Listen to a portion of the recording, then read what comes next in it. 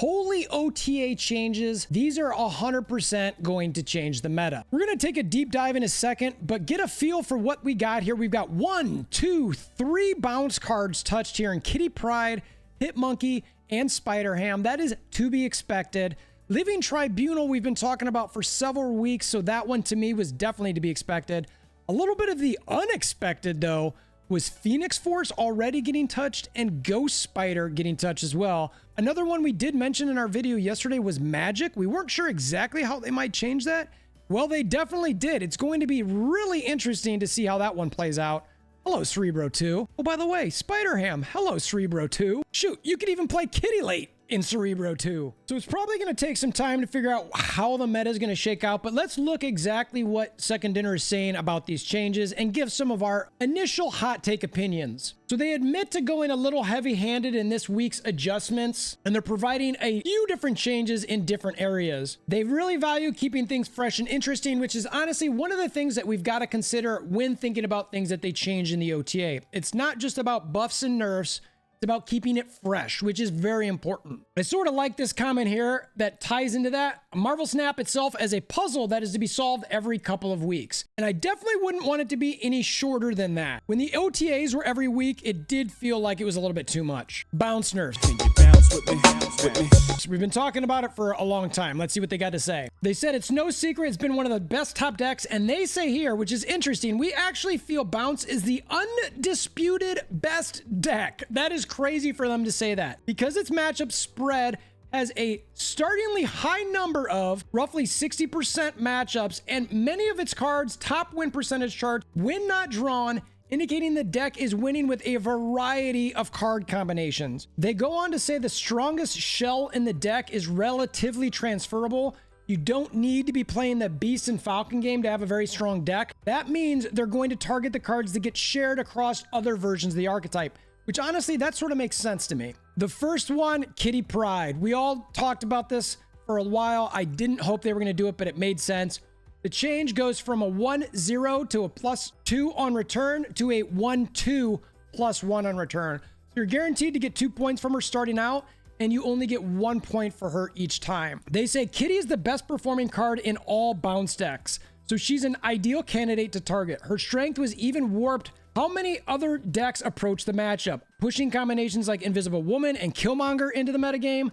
This adjustment will lower her ceiling substantially. We see Kitty pretty commonly making it to 8 power, and in that scenario, she'd now have only 6. That's definitely a nerf, but the change does raise her floor, adding power or saving you energy when drawn on turn 5 or 6. So, look, I think generally speaking, it's pretty good. I originally was saying 1-3, maybe to step it down one more, but I think either way, going a little bit smaller and then bringing it up, because like they said, Bounce is the undisputed best deck in the game right now. Hitmonkey we mentioned as being a 2-3. It looks like we just had it reversed. They went with a 3-2. And honestly, at first, and it's still +2. I was saying 2-3 +1. I feel like this might be better. It seems like it's going to make it much clunkier. You could still bast it, which is fine, but you're not going to get a ton of cards played with this depending what turn you're going to turn it on. It's probably going to be paired up with Mysterio to optimize that. But I mean, that's your turn 5 play, or potentially turn 6 with just one other card, unless you've beasted a bunch and have zeros, which, by the way, I think Wasp is probably going to potentially get introduced to this. I'd say Yellow Jacket, but you don't want to ting your other cards with that card. Their comment on Hitmonkey is the next strongest card in Bounce has been Hitmonkey.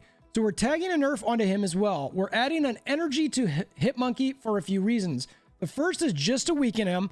Very often you'd spend that energy to play a 1 cost on the last turn. Would itself have 2 or more power in addition to the buff it gave Hitmonkey. So this is just taking that away.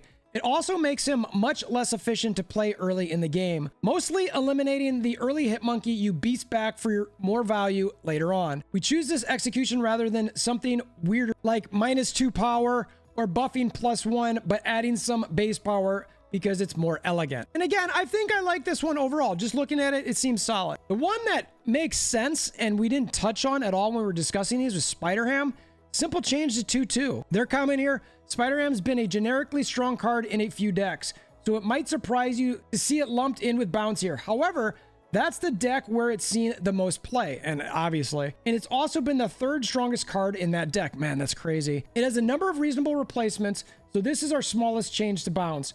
but we have other motivations for changing the card. We're unhappy with the extent of the damage Spider-Ham has done to a few archetypes, revolving around cool, high-cost cards like She-Hulk, Death, and especially Apocalypse. We'll have a future adjustment down the road to Spider-Ham's behavior that directly addresses that, but for now, we're just going to make them a little less efficient and see how that reduces play rate. Interesting. Interesting. I wonder what the change for that's going to be in the future. I mean, the first thing you'd think of is potentially that you can't see whatever he smashes or blamos, but I don't know how that really changes anything that he's going to hit. You know what I mean? So I'm wondering if they're going to find ways to do something else. But again, they want the cards to be intuitive. So let me know in the comments below what you think they're going to do there. Now, 2 changes that we did not see coming at all. Phoenix Force.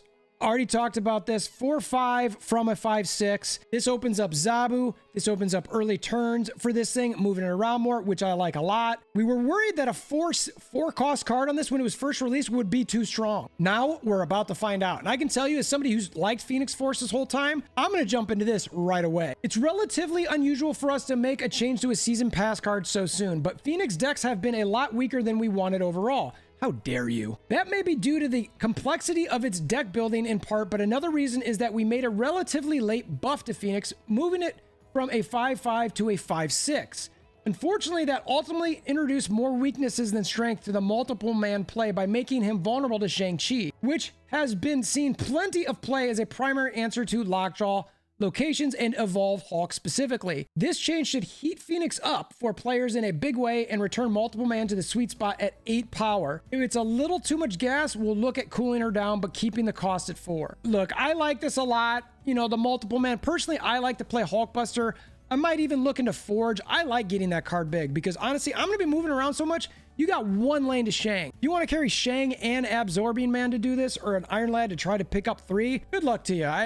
You're not going to get all of those on every lane. Again, I'm most excited to play with this and see how it feels. Ghost Spider. This got changed from a 2/3 to a 1/2, which means it's Killmongerable, but honestly, after it's already revealed, it's done its job. So I don't care if this card's getting Killmongered at all. Go ahead, kill it. We were a little gun shy on the strength of some of our recent move cards, as the deck can be really potent in addition to occasionally melting brains over the sheer number of possible moves you can make. Ghost Spider was one of those cards, and having seen the dust settle, we've decided to push her efficiency a bit. Other than Human Torch, move isn't a deck historically vulnerable to Killmonger, so this change should ultimately net power for move players. Also makes her a more interesting potential combination for Phoenix, letting players curve Shuri into Phoenix plus Ghost Spider efficiently. And I agree that as somebody who liked to play Phoenix Force, I couldn't find a way to Ghost Spider her in a way that felt good to me. It always felt too clunky more often than it felt good. So I like seeing this in relation to Phoenix Force. It's definitely a card I'm going to look at having in that deck. Living Tribunal, this is simple. 6/9 instead of 6/6. Living Tribunal has successfully spun up a fringe deck that pushes loads of power,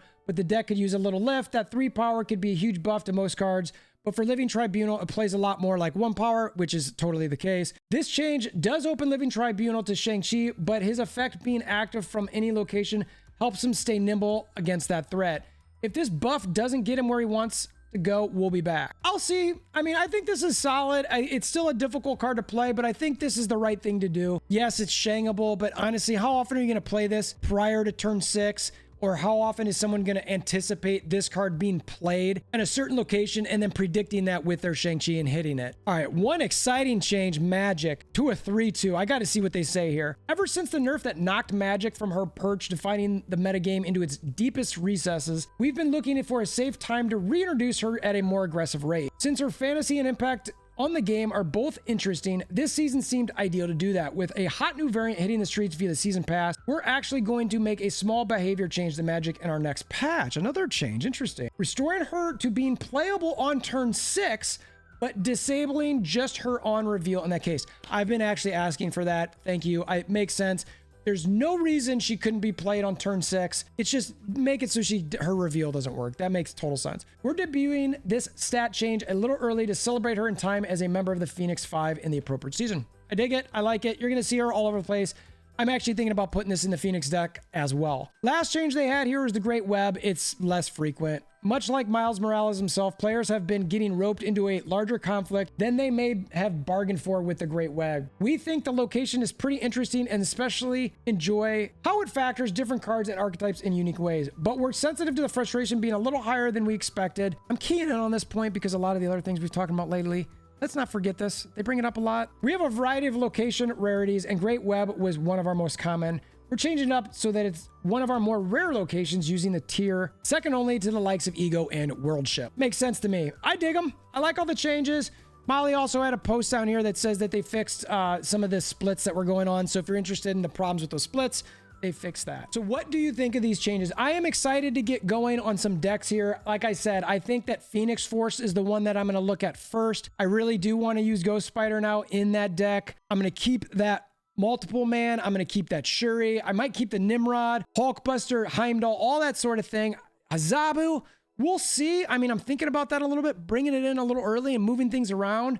I mean, shoot, could you even bring in armor if you're really that worried about it? I don't know. I'm really excited. I mean, shoot, you could even play Living Tribunal in there, I guess. Jeez, no, but then, I mean, that might take up your Heimdall spot. I don't know. Look, this is a lot of changes. I'm excited about it. I think Bounce got hit, but I still think it's going to be a decent tier deck. I think it's clunkier. I think everything that they did do to it makes sense.